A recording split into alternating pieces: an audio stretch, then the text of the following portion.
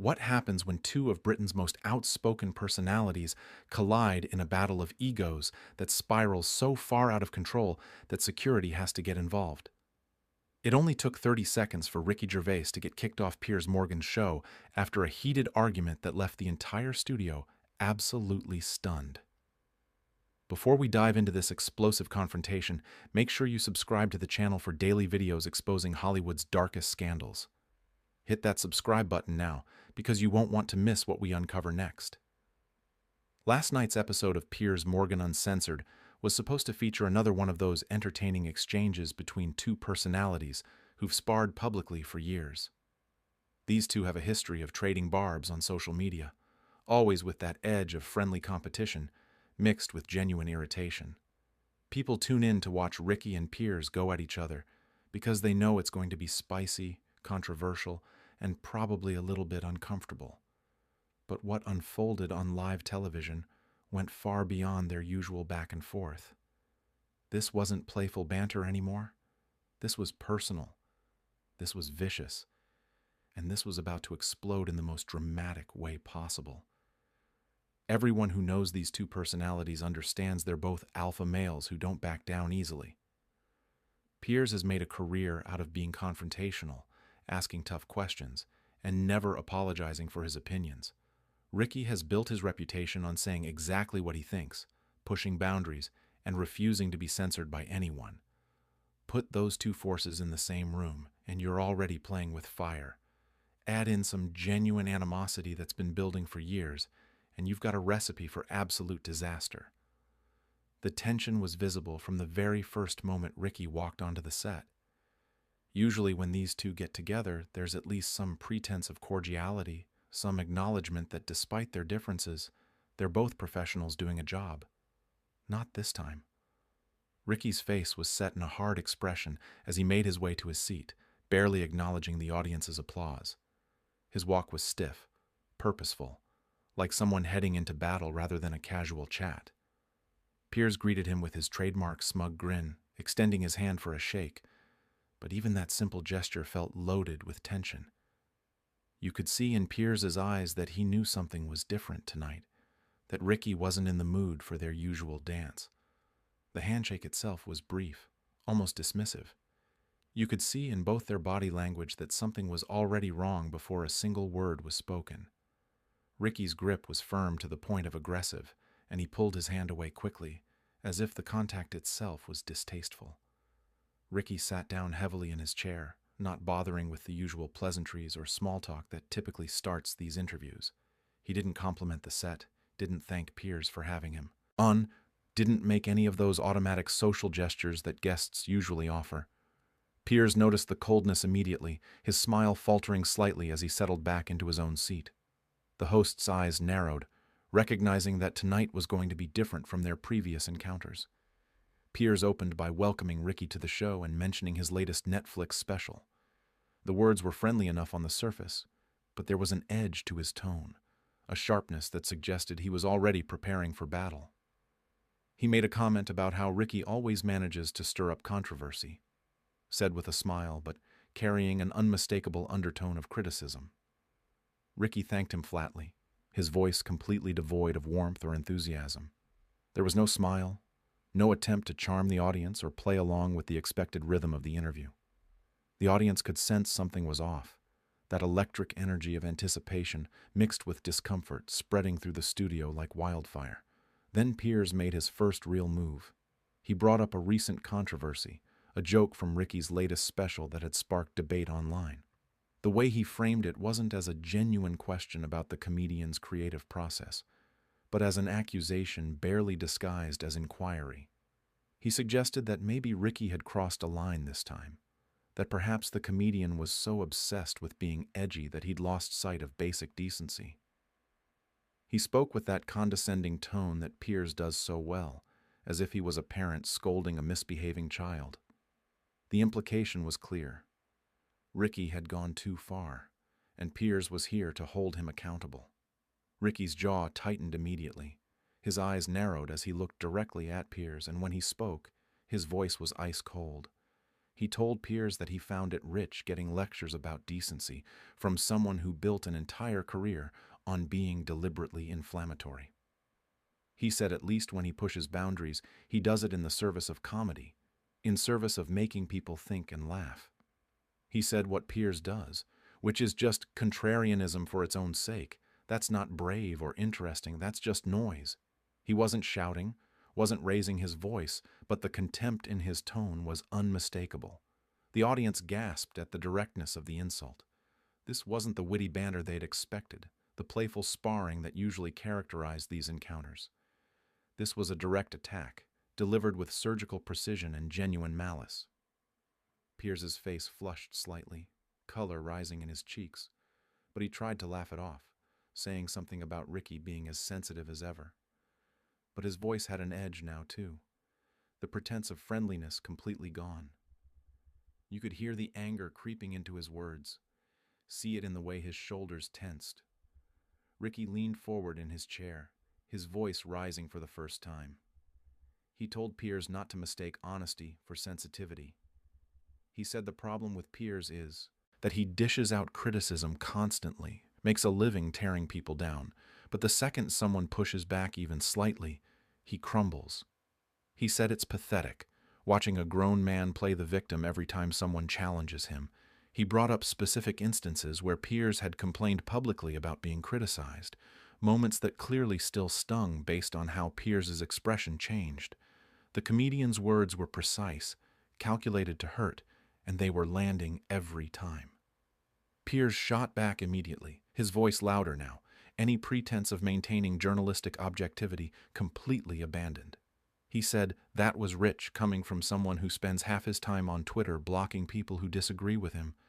He suggested that Ricky talks a big game about free speech and open debate, but only when it's speech he agrees with, only when it's people saying things that align with his worldview.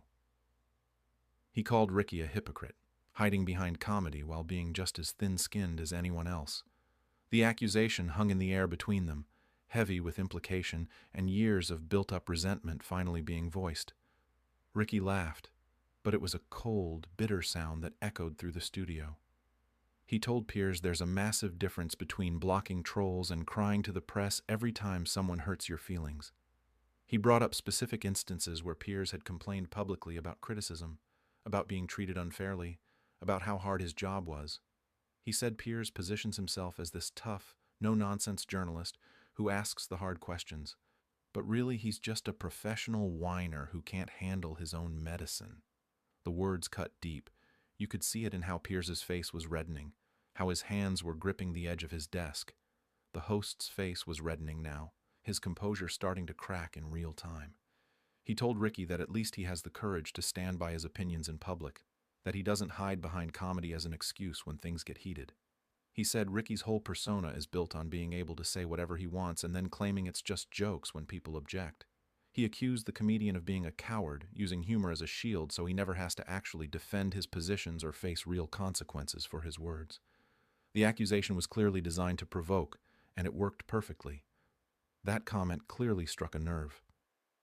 Ricky's voice went quiet, which somehow felt more threatening than when he'd been loud. The studio went completely silent, everyone leaning forward to hear what he'd say next. He told Piers very clearly that comedy requires more courage than anything Piers has ever done in his entire career.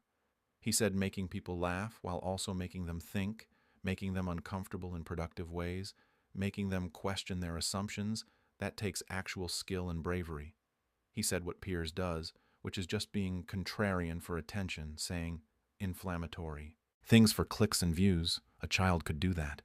A particularly stupid child, but still. The insult landed like a bomb. Piers slammed his hand on the desk, the sound echoing through the studio like a gunshot. Several people in the audience actually jumped at the sudden noise.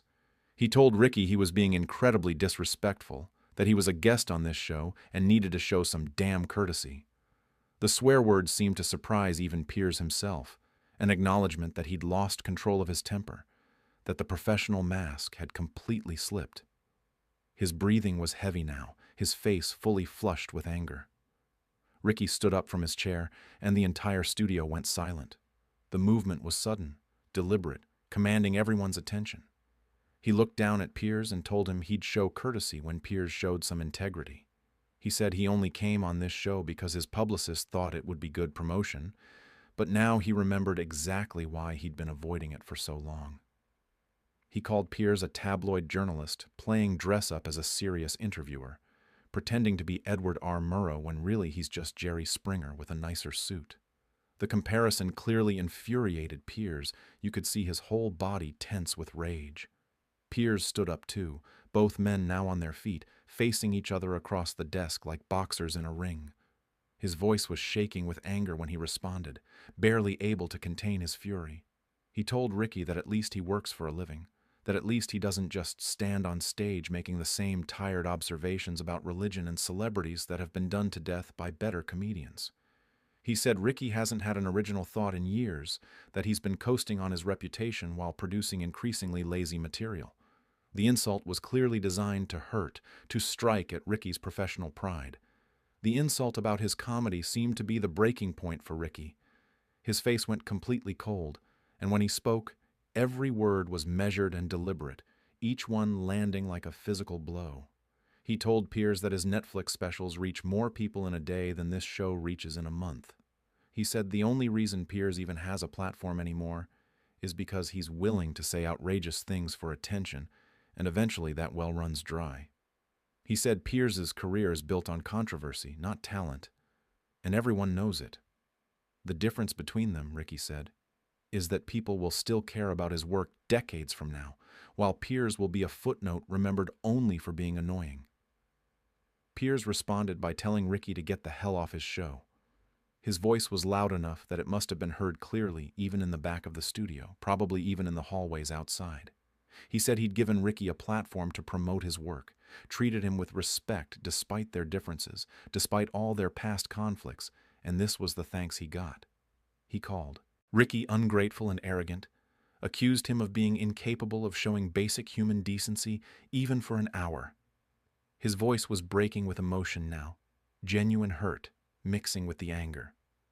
Ricky laughed in his face, and it was one of the most dismissive sounds imaginable. He told Piers he didn't need his platform, never had, never would. He said this show was a favor to Piers, if anything, giving him some actual credibility by having a real artist sit across from him. The word artist was delivered with particular emphasis, dripping with sarcasm, making it clear Ricky didn't consider Piers to be anywhere near that category. He said Piers should be thanking him for even showing up, for giving this failing show a ratings boost. The host was practically vibrating with rage now, his entire body rigid with barely controlled fury. He pointed toward the exit and told Ricky to leave right now, before he had security remove him physically. His voice had gone from angry to genuinely threatening, all professional courtesy completely abandoned. You could see producers in the background starting to move, unsure whether to intervene or let this play out, looking at each other with panic in their eyes. Ricky stepped back from the desk, spreading his arms wide in a theatrical gesture that was clearly designed to mock Piers even further. He told the studio audience they just witnessed what happens when you challenge someone who can dish it out but absolutely cannot take it. He said Piers had spent years building a reputation as a tough interviewer, who asks hard questions, who doesn't back down, who speaks truth to power. But the second someone actually pushed back against him, actually challenged his authority, he completely fell apart like a house of cards. He said it was almost sad to watch if it wasn't so predictable. Piers was shouting now, telling Ricky to get out, his face purple with rage, looking like he might actually have a stroke right there on camera. He told security to escort the comedian out of the building immediately if he didn't leave voluntarily in the next 5 seconds. The veins in his neck were visible, pulsing with each angry word. His entire body was tense with barely controlled fury, hands clenched into fists. Several security personnel were indeed moving toward the stage now, though they seemed uncertain about exactly what they were supposed to do, never having been in quite this situation before. Ricky started walking toward the exit, but he couldn't resist one final comment. He turned back and told Piers that this meltdown would be all over social media within minutes, probably seconds.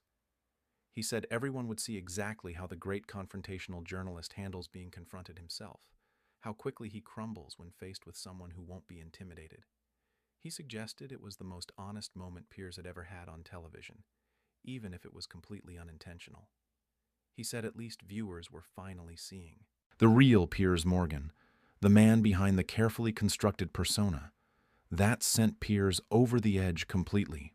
He launched into a string of profanity that would definitely require heavy editing before broadcast, words that you rarely hear on television, even on cable. He told Ricky never to come back, that he was banned from the show permanently, that he'd rather interview literally anyone else on the planet, even people he despises. His rage was so complete that his words started becoming incoherent, just angry sounds mixed with curses and half-formed insults. Spit was flying from his mouth as he shouted, his face contorted with fury. Ricky just smiled, that infuriating grin that said he'd accomplished exactly what he'd set out to do. He told Piers he'd rather stick needles in his eyes than sit across from him ever again anyway, that this whole experience had been like trying to have a meaningful conversation with a brick wall.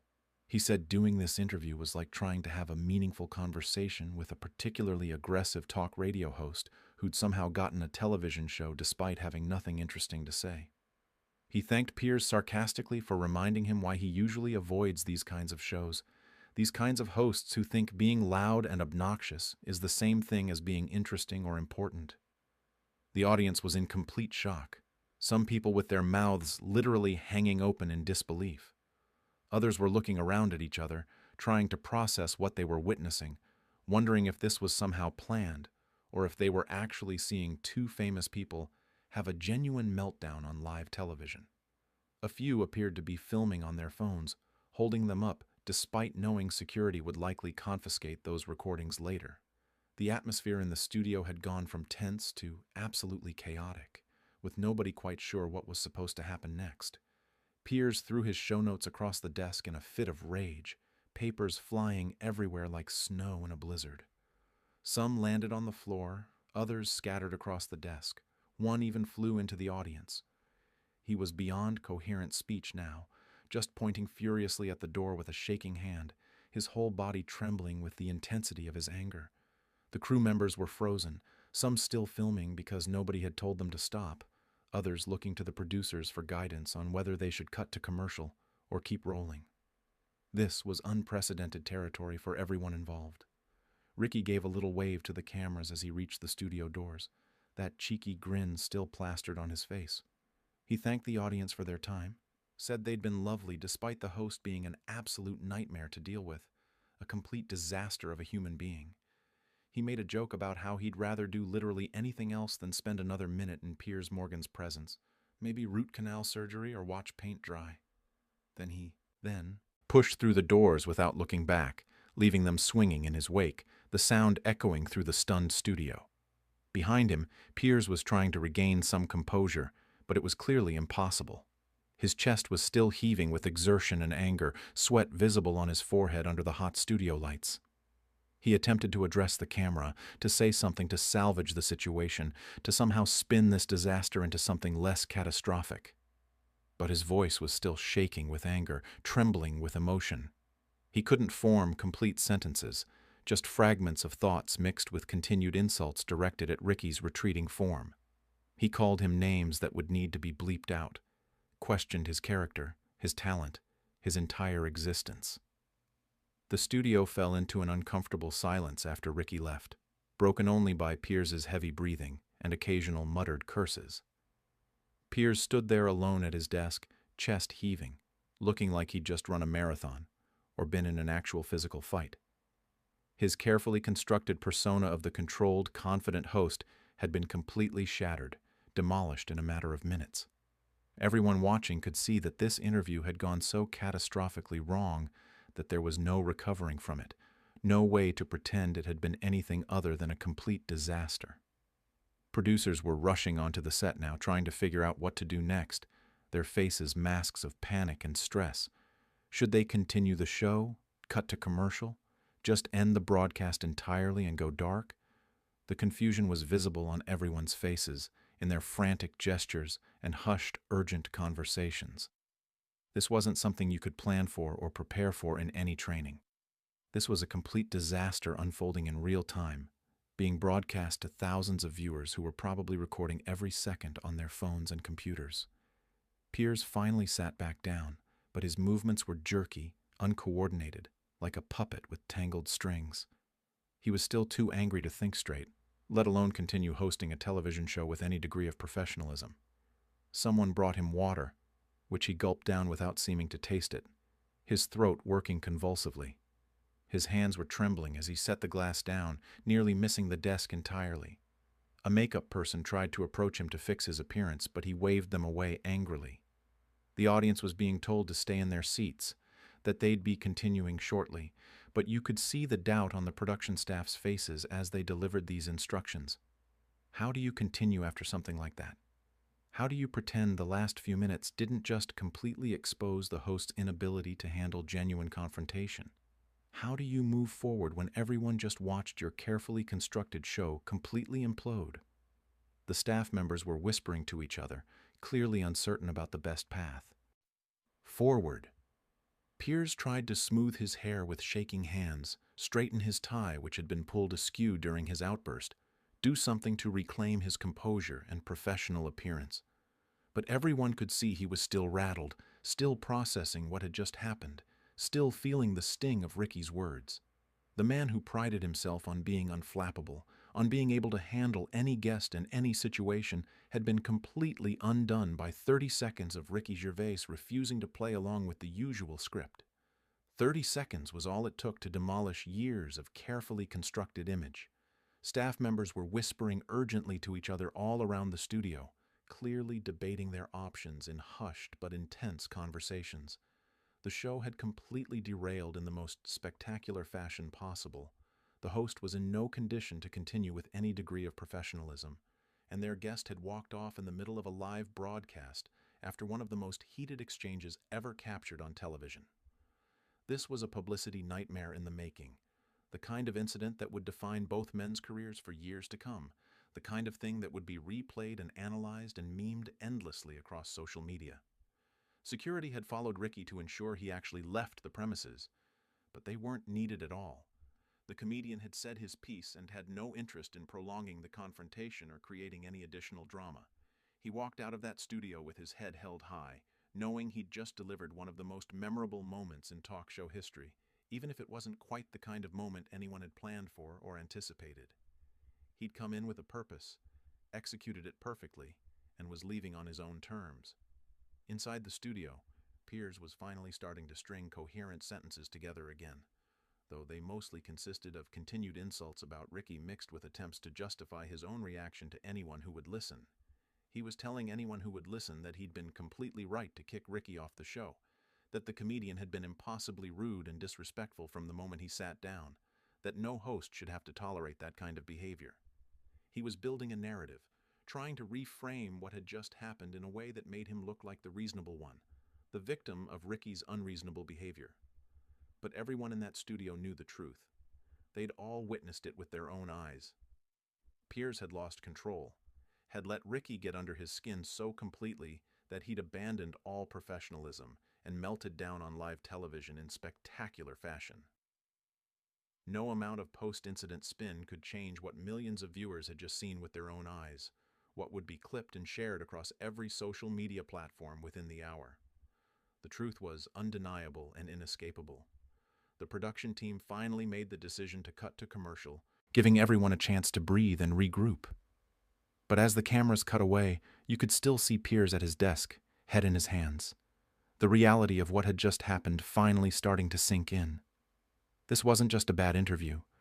This was a complete destruction of his carefully cultivated image. Ricky Gervais had walked onto that set knowing exactly what he was doing. He'd pushed every button, challenged every assertion, refused to play the game the way Piers expected. And in doing so, he'd exposed something fundamental about the host that everyone had always suspected but never quite seen, proven so definitively. When truly challenged, when someone refused to be intimidated or impressed, Piers Morgan couldn't handle it. The doors through which Ricky had exited remained closed, but they might as well have been blown off their hinges. The comedian had left a path of destruction in his wake, a studio full of shocked people, and a host whose credibility had been damaged possibly beyond repair. All in 30 seconds of television that nobody involved would ever forget.